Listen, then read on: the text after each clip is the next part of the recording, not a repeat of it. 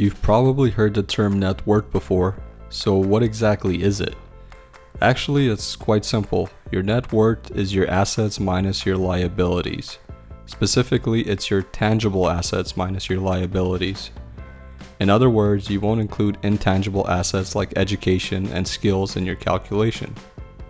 If you missed the videos explaining assets and liabilities, you can find them here. I recommend watching those first before continuing with this video. You can also find links to those videos in the description.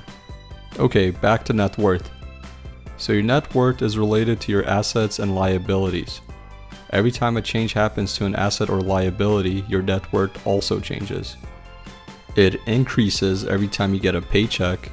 It decreases when you make rent payments, car lease payments, and even when you buy a cup of coffee. In other words, it's constantly changing and can vary greatly month to month. Let's take a look at some examples. Here's Johnny. Don't worry, he doesn't have an axe. He's 22 and recently graduated from university with a bachelor's degree.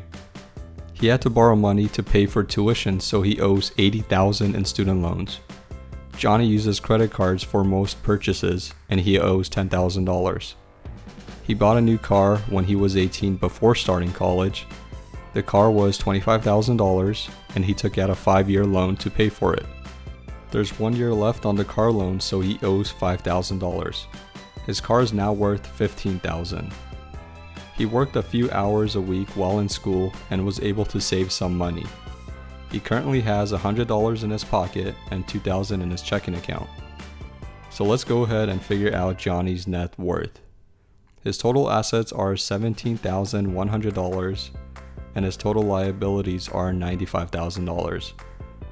After subtracting his liabilities from his assets, we see that his net worth is negative $77,900. Yes, it's possible to go beyond broke.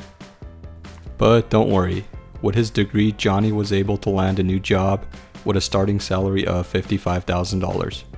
He'll be okay over the long term. It's 10 years later and Johnny is now 32. His career has been going well and he was promoted to manager a few years ago.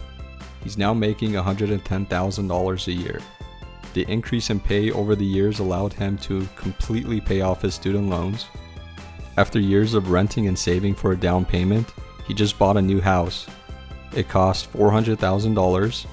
He put in $80,000 for the 20% down payment, so the remaining $320,000 is the mortgage he owes.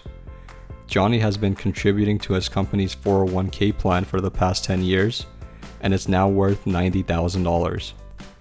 He also set up a separate savings account at his bank for emergencies.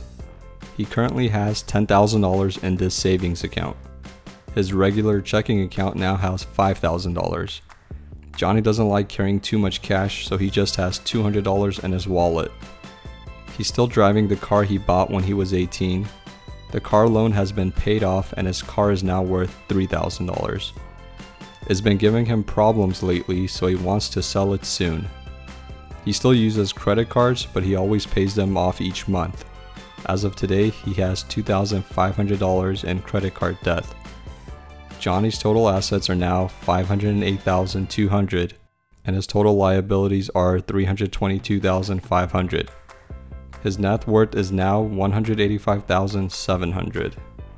So this is how you calculate net worth.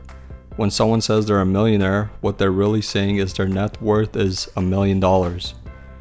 As you probably noticed from the examples, assets are always listed at their fair market value. A car you paid $25,000 for years ago that's only worth $15,000 today should be listed as $15,000. You can use Kelley Blue Book to come up with the fair market value of your car. Take some time to calculate your own net worth. Don't be discouraged if it's tiny or even negative. It takes time to build wealth. At a minimum, calculating it quarterly or every 3 months is a good place to start. If you're really on top of it, you can even do it monthly.